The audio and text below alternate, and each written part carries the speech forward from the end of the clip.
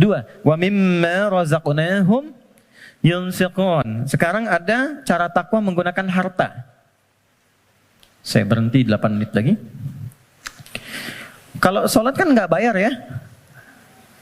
Di MRBJ bayar? Nggak ya? Oke, gratis kan? Artinya semua orang bisa melakukan itu. Jadi nggak ada yang bisa ngeles. Ya? Karena nggak ada perangkat lain yang menyertai. Kedua, harta.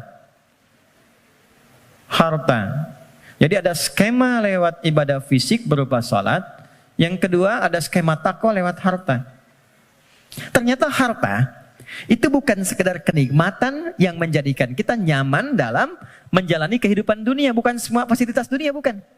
Tapi itu juga bisa menjadi perangkat yang mengentaskan solusi dari masalah yang dialami. Apa bentuknya nanti? Ada skema infak, ada skema zakat. Teman-teman hati-hati dengan zakat ya, karena sangat sensitif. Anda sengaja tidak berzakat, maka jadi racun hartanya. Bisa merusak kepada yang lainnya. Itu. Apalagi terwariskan nanti. Jadi makanan dimakan oleh anak atau siapapun, ya harus hati-hati. Infak, itu nilainya tinggi. Infak itu bukan sekedar menghadirkan pahala yang sangat luar biasa. 700 kali lipat paling sedikit. Jangan dibatasi di situ. Al-Baqarah ayat 261. Ya, masalul ladzina yunfiquna amwalahum fi sabilillahi kamathali habbatin ambatat sab'a sanabil. 1 jadi 7. Fi kulli sumbulatin mi'atu habbah kali 100. 1 kali 7 kali 100, 700 kali lipat. Itu maksudnya pahala ya. Pahala, bukan perkalian feedback ke kita, bukan. Jangan bayangkan begini, kalau saya infak 1000, balik 700.000. Bukan begitu cara memahaminya. Itu nggak tepat. Yang dimaksud, Anda mendapatkan 700 kali lipat pahala di akhirat nanti.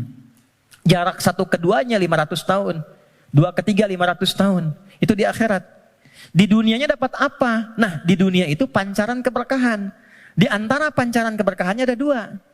1, memberikan tambahan barakah kepada Anda yang nilainya lebih daripada apa yang Anda berikan. Minimal 10 kali lipat.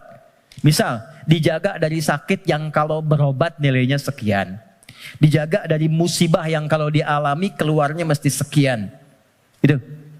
Yang kedua, ini yang paling menarik.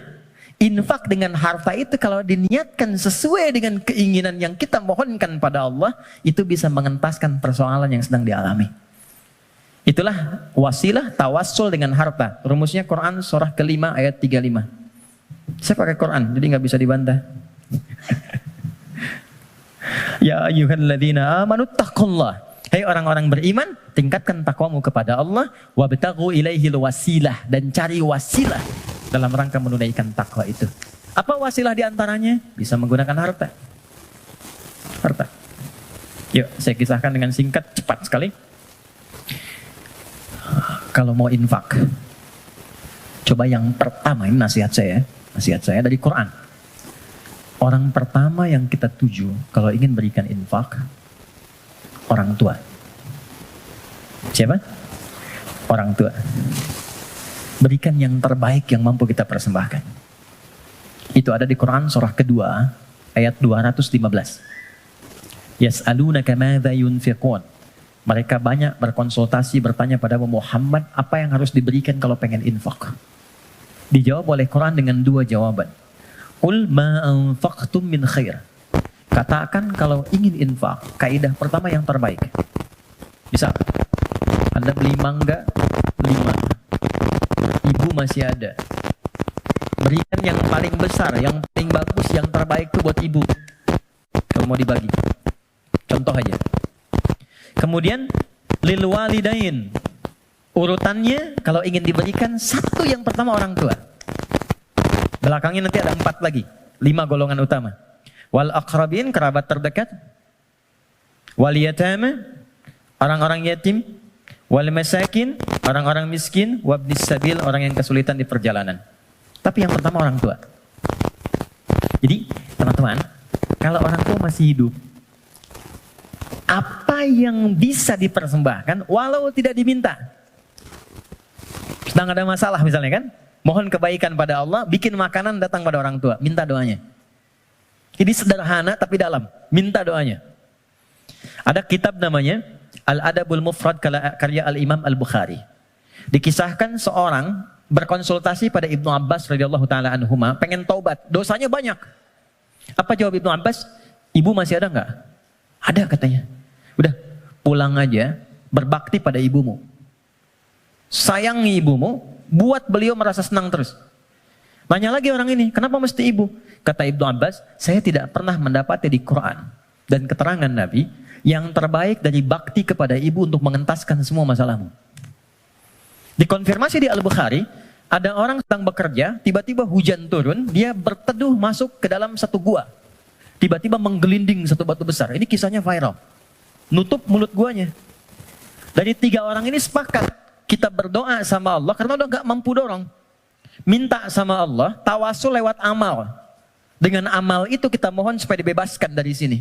Amalnya yang dimintakan. Maka sepakat ketiganya memohon. Di antara ketiganya itu ada orang yang bercurhat demikian, ya Allah, Engkau maha tahu sebelum aku sampaikan. Aku punya ibu ya Allah, yang Engkau maha mengetahuinya. Dan aku bekerja. Tidak pernah aku pulang ke rumah sebelum aku berikan dan aku siapkan susu untuk menu malam ibuku. Dan tidak pernah aku tidur sebelum aku minumkan sendiri susu itu di mulut ibuku. Satu kali, begitu beliau pulang, ibunya sudah tertidur. Maka, beliau tetap membuat susu, dipegang itu susunya sampai ibunya bangun. Dan ibunya sudah sepuh, jadi nggak sadar kalau anaknya itu sudah lama datang, sudah lama nunggu dan berdiri. Ibunya belum merasa tidur, bangun, saya minumkanlah susu itu kepada ibunda tercinta, tanpa pernah cerita sedikit pun bahwa aku sudah berdiri lama di samping beliau.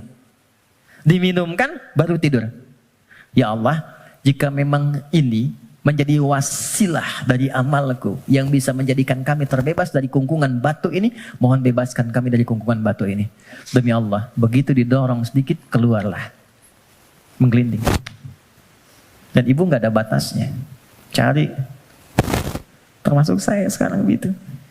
Saya kalau mau belajar tuh saya niatkan, ya Allah, untuk memuliakan ibu. Masih hidup.